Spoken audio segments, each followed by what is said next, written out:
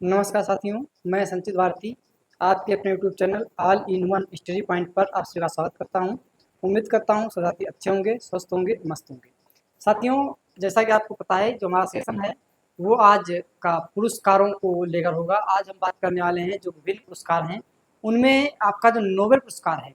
तो आज का टॉपिक हमारा केवल और केवल नोबेल पुरस्कार पर आधारित होगा, जिसमें हम नोबेल पुरस्कार के बारे में विस्तृत चर्चा करेंगे। जो भी पॉइंट नोबेल पुरस्कार से संबंधित हो सकते हैं वो सारे पॉइंट हम आपको इस क्लास में बताने वाले हैं। और कोई भी पॉइंट आपका होगा और नोबेल प्रकाश से संबंधित अगर है तो वो आपका अब नहीं छूटेगा। ठीक है, तो शुरू करते हैं आज के इस सेशन को। तो ये आप देख रहे होंगे स्क्रीन पर, ये है आपके अल्फ्रेड नोबेल, जिनके नाम पर नोबेल पुरस्कार की शुरुआत हुई थी, यानी इनके नाम पर नोबेल पुरस्कार का दिया जाता है। ठीक है, तो शुरू करने वाले हैं इसके बारे में। नोबेल पुरस्कार की पहले अगर बात करें हम, जो नोबेल पुरस्कार आपका है इसकी स्थापना की अगर बात करें हम, स्थापना इसकी कब हुई थी? तो इसकी स्थापना हुई थी 1901 में। ठीक है, जो नोबेल पुरस्कार है इसकी जो स्थापना कह सकते हैं, शुरुआत कह सकते हैं, वो आपकी 1901 से इसकी हुई है और स्वीडन के वैज्ञानिक अल्फ्रेड बर्नहार्ड नोबेल के द्वारा, ठीक है, उन्हीं के द्वारा इसकी शुरुआत की गई है। और स्वीडन के आपके वैज्ञानिक थे जब इसकी शुरुआत हुई है 1901 में हुई है। तो जो आपके अल्फ्रेड नोबेल थे उनके बारे में अगर बात की जाए तो इनका जो जन्म है वो आपका 1833 ईस्वी में हुआ था। और कहाँ हुआ था? तो स्टॉकहोम आपका पड़ता है, स्टॉकहोम जो कि स्वीडन, जहां पर इनका जन्म हुआ था आपका अल्फ्रेड बर्नहार्ड नोबेल का। ठीक है, और इन्होंने क्या किया था? इन्होंने डायनामाइट की खोज की थी। ठीक है, किसकी खोज की थी? डायनामाइट की खोज इन्होंने 1867 में की थी और उन्हीं के नाम पर आपका नोबेल पुरस्कार की शुरुआत 1901 से की गई है। आगे बात करेंगे हम, यहाँ पे देखें कि 1896 ईस्वी में, कब की बात कर रहा है? 1896 ईस्वी में स्वीडन, ठीक है, स्वीडन के लोगों को उनकी मृत्यु के बाद इन पुरस्कारों के बारे में पता चला जब उन्होंने उनकी वसीयत पढ़ी।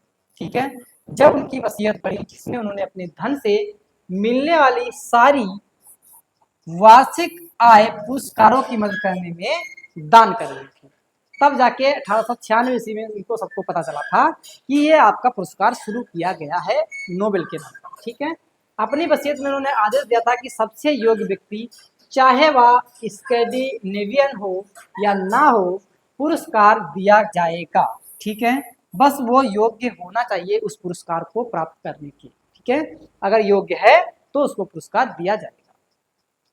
पहले नोबेल पुरस्कार आपका 5 क्षेत्रों में दिया जाता था, लेकिन अपनी यानी उनकी जो कह सकते हैं उनकी जो 300वीं पुण्यतिथि थी, ठीक है, या वर्षगांठ कह सकते हैं, 300वीं जो इनकी वर्षगांठ थी उसके उपलक्ष्य में 1967 में अर्थशास्त्र का नोबेल शुरू किया गया। ठीक है, वैसे 5 क्षेत्रों में दिया जाता था, लेकिन फिर एक क्षेत्र आपका और जुड़ गया जिसको कहा गया अर्थशास्त्र। तो अर्थशास्त्र का जो नोबेल है आपका 1967 से इसकी शुरुआत कर दी गई। कब? जब इनकी 300वीं वर्षगांठ थी तब से। ठीक है, उसके बाद में 1967 में इसकी शुरुआत की गई, लेकिन ये पहली बार 1969 में दिया गया। ठीक है, 67 में इसकी शुरुआत हुई है, लेकिन पहली बार दिया कब गया है? तो पहली बार 1969 में आपका ये पुरस्कार दिया गया है। नोबेल पुरस्कार किस किस क्षेत्र में दिया जाता है? तो कौन कौन से क्षेत्र हैं?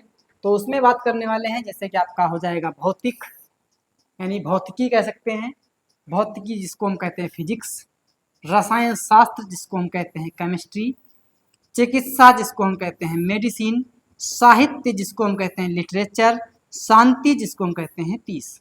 ठीक है, तो ये आपके 5 क्षेत्र हो गए, भौतिकी यानी फिजिक्स, केमिस्ट्री, मेडिसिन चिकित्सा, लिटरेचर साहित्य और पीस आपका शांति। तो ये आपके क्षेत्र हो गए। और छठा आपका क्षेत्र कौन सा है? तो वो है आपका अर्थशास्त्र यानी कि इकोनॉमिक्स।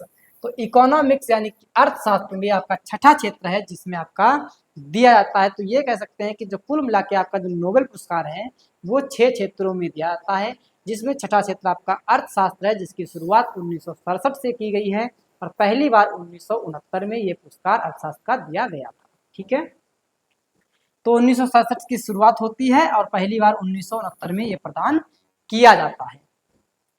आगे बात करने वाले हैं भारतीय नोबेल पुरस्कार विजेता कौन कौन से हैं? जो भारतीय हैं जिनको नोबेल पुरस्कार मिल चुका है, तो उनकी अगर बात करें तो उनमें आपके आते हैं रविन्द्रनाथ टैगोर, जिनको 1913 में साहित्य का नोबेल दिया गया है गीतांजलि के लिए। ठीक है, किसके लिए दिया गया? तो गीतांजलि के लिए साहित्य का नोबेल 1913 में रविन्द्रनाथ टैगोर को दिया गया। उसके बाद में सीवी रमन की अगर बात की जाए तो सीवी रमन को 1968 में कब दिया गया है? 1968 में कृत्रिम जीन के संश्लेषण के लिए चिकित्सा का नोबेल दिया गया। ठीक है, कृत्रिम जीन के संश्लेषण के लिए चिकित्सा का नोबेल किसको दिया गया? सीवी रमन को 1968 में प्रदान किया गया है। मदर टेरेसा की अगर बात की जाए तो मदर टेरेसा को 1979 में शांति के लिए नोबेल पुरस्कार दिया गया है। ठीक है, कब दिया गया है? तो मदर टेरेसा को 1979 में शांति का जो नोबेल पुरस्कार है वो आपका दिया गया है। तो ये आपके 3 भारतीय हो गए जिनको नोबेल पुरस्कार दिया जा चुका है। एक रविन्द्रनाथ टैगोर हो जाएंगे, सीवी रमन हो जाएंगे और आपके मदर टेरेसा हो जाएंगे। ये तो आपके या तो भारतीय हैं या फिर ये भारतीय मूल के व्यक्ति हैं। ठीक है, आगे बात करेंगे सुब्रमण्यम चंद्रशेखर, जिनको 1983 में साहित्य का नोबेल दिया गया है। सुब्रमण्यम चंद्रशेखर को। अमर्त्य सेन की बात की जाए, बहुत ही फेमस आपके व्यक्ति रहे हैं अमर्त्य सेन, तो इनको अर्थशास्त्र का दिया गया है 1998 में। ठीक है, कब दिया गया? तो 1998 में अर्थशास्त्र का नोबेल पुरस्कार दिया गया है। BS नायपाल, जिनकी बहुत ही प्रसिद्ध पुस्तकें हैं, साहित्य के लिए इनको दिया गया है 2001 में नोबेल पुरस्कार। ठीक है, कैलाश सत्यार्थी, जिनको शांति का 2014 में पुरस्कार दिया गया था, उसी समय आपका मलाला यूसुफजई को भी आपको दिया गया है। तो कैलाश सत्यार्थी को जिनको 2014 में दिया गया शांति के लिए नोबेल पुरस्कार। ठीक है, अभिजीत बनर्जी की अगर बात की जाए तो ये भी आपके एक व्यक्ति रहे हैं जिनको 2019 में अर्थशास्त्र का यानी इकोनॉमिक्स का दिया गया है नोबेल पुरस्कार। तो 2 भारतीय कह सकते हैं, तो आपके अर्थशास्त्र के लिए दिया गया अभिजीत बनर्जी को, और आपके कौन जाएंगे? अमर्त्य सेन, जिनको इकोनॉमिक्स के लिए दिया जा चुका है। अब खास बात यह होती है भी आप यहाँ पे कि खास बात यह है कि 1937, 1938, 1939 और उसके बाद में 47 और 48 ये 5 वर्ष आपके ऐसे रहे हैं जिसमें गांधी जी को 5 बार शांति पुरस्कार के लिए नामित किया गया, लेकिन एक बार भी उन्हें नोबेल पुरस्कार के लिए नहीं चुना गया। ठीक है, 5 बार उनको शांति का पुरस्कार तो दिया गया, उसके लिए नामित किया गया, लेकिन उनको एक बार भी शांति का नोबेल पुरस्कार नहीं प्रदान किया गया। किसको भैया? तो गांधी जी को। ठीक है, आगे बात करेंगे विजेता की घोषणा, यानी कि जो आपका नोबेल पुरस्कार है इसकी घोषणा कब की जाती है और कब प्रदान किया जाता है। तो घोषणा की अगर बात की जाए विजेता की, जो विजेता होता है यानी जीतने वाला इसको कब दिया जाता है, इसको घोषणा कब दी जाएगी? तो प्रत्येक वर्ष को अक्टूबर माह में ये घोषणा की जाती है कि ऐसे यानी इन व्यक्तियों को पुरस्कार दिया जाएगा। और उसके बाद में जो पुरस्कार का वितरण है वो फिक्स डेट है आपकी 10 दिसंबर को। 10 दिसंबर को ही पुरस्कार दिया जाएगा अल्फ्रेड नोबेल की पुण्य तिथि पर। ठीक है, अल्फ्रेड नोबेल की जो पुण्य तिथि है उसी तिथि पर यानी कि 10 दिसंबर को इनकी पुण्य तिथि होती है अल्फ्रेड बर्नहार्ड नोबेल की, जिनको यानी कि उन्हीं के नाम पर आपका हर वर्ष 10 दिसंबर को आपके नोबेल पुरस्कार दिए जाते हैं और इनकी जो घोषणा होती है वो प्रत्येक वर्ष अक्टूबर माह में की जाती है। ठीक है, आगे बात करेंगे प्रत्येक पुरस्कार में एक वर्ष में, यानी कि जो प्रत्येक वर्ष पुरस्कार होता है एक वर्ष में आपके जितने क्षेत्र हैं 6 क्षेत्र आपके हैं, तो किसी भी पुरस्कार में ले लीजिए, चाहे साहित्य का, चाहे चिकित्सा का, चाहे भौतिकी का, चाहे केमिस्ट्री का, किसी भी क्षेत्र में अगर आप देखेंगे तो अधिकतम 3 लोगों को ही यह पुरस्कार दिया जा सकता है। ठीक है, अधिकतम कितने लोगों को दिया जाएगा? तो अधिकतम 3 लोगों को यह पुरस्कार दिया जा सकता है एक क्षेत्र में।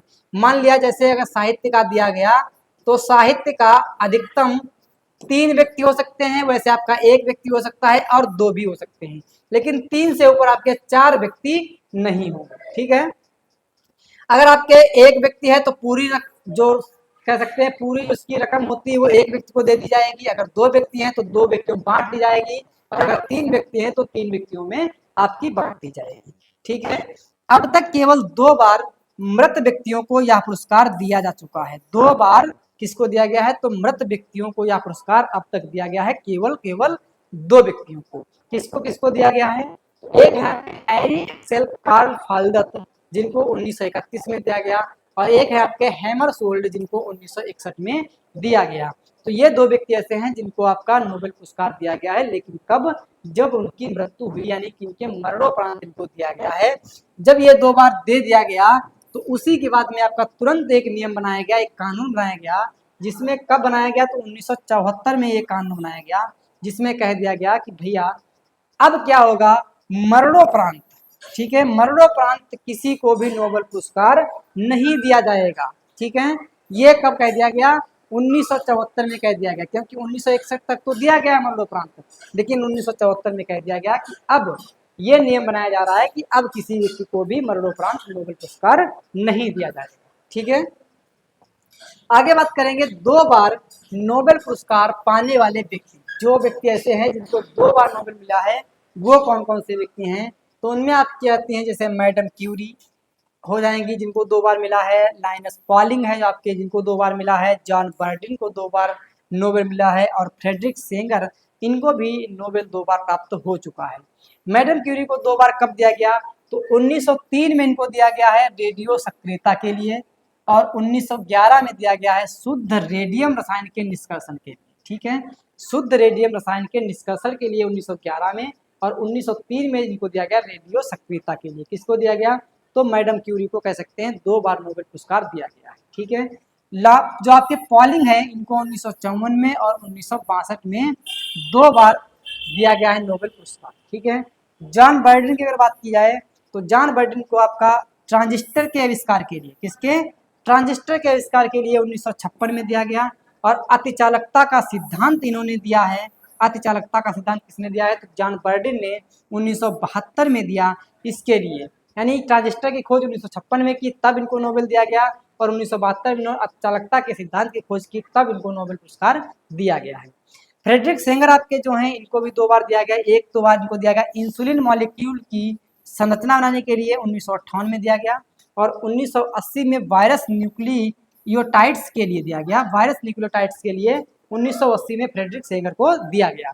तो ये 4 व्यक्ति ऐसे हैं जिनको 2 बार अभी तक नोबेल पुरस्कार दिया जा चुका है, ठीक है भैया। आगे बात करेंगे सबसे कम उम्र में पुरस्कार पाने वाले पुरुष कौन व्यक्ति हैं जिनको सबसे कम उम्र में नोबेल पुरस्कार मिला है? तो वो है आपके लॉरेंस ब्रैग। लॉरेंस ब्रैग को दिया गया है 25 वर्ष की आयु में नोबेल पुरस्कार, ठीक है। सबसे कम उम्र में नोबेल पुरस्कार पाने वाली महिला, ये तो थे आपके पुरुष जिनका नाम है लॉरेंस ब्रैग, जिनको 25 वर्ष में दिया गया। और महिला कौन है? तो वो है आपकी मलाला यूसुफजई, जिनको 17 वर्ष की आयु में दिया गया है, और ये इनको दिया गया था शांति का पुरस्कार, ठीक है। इनको शांति का नोबेल दिया गया था, मलाला यूसुफजई को शांति का नोबेल मलाला यूसुफजई को दिया गया था। सबसे अधिक उम्र में नोबेल पुरस्कार पाने वाले व्यक्ति कौन है जिनको सबसे अधिक उम्र में दिया गया है? तो वो है आपके जॉन बी गुडेनफ। 2019 में इनको दिया गया 97 वर्ष की आयु में। कितने वर्ष की आयु में? तो इनको 97 वर्ष की आयु में दिया गया है। जॉन बी गुडेनफ को 2019 में नोबेल पुरस्कार दिया गया है, जो कि सबसे अधिक उम्रदराज व्यक्ति हैं जिनको नोबेल विजेता आपके रहे हैं, ठीक है। आगे अगर बात की जाए, नोट ये है आपका बहुत ही इंपॉर्टेंट बात कह सकते हैं। तो ये बात आपकी इसलिए इम्पोर्टेंट है क्योंकि द्वितीय विश्व युद्ध के समय यानी 1940 से लेकर 1942 तक नोबेल पुरस्कार नहीं प्रदान किए गए थे, ठीक है। तो ये आपका एक ऐसा समय रहा है जब आपके नोबेल पुरस्कार नहीं दिए गए हैं, बाकी आपके हर वर्ष नोबेल पुरस्कार दिया गया है। तो ये आपका कब नहीं दिया गया? तो 1940 और 1942, यानी 40 से कह सकते हैं 40, 41 और 42, 3 वर्षों तक कोई भी नोबेल पुरस्कार नहीं प्रदान किया गया है, ठीक है। तो साथियों अगर बात की जाए, यही हमारा अंतिम पॉइंट था। यहीं तक हमने नोबेल पुरस्कार के बारे में पूरी जानकारी जो है वो आपके लिए आपके सामने रख दी है। अब आपको ये कह सकते हैं कि नोबेल से संबंधित अगर कोई भी क्वेश्चन आएगा तो वो आपका हो जाएगा किसी भी हाल में, ठीक है। तो आज के लिए इतना ही, मिलते हैं अगले पुरस्कारों के साथ में अगली क्लास में। Bye bye, take care, best of luck, जय हिंद, जय भारत।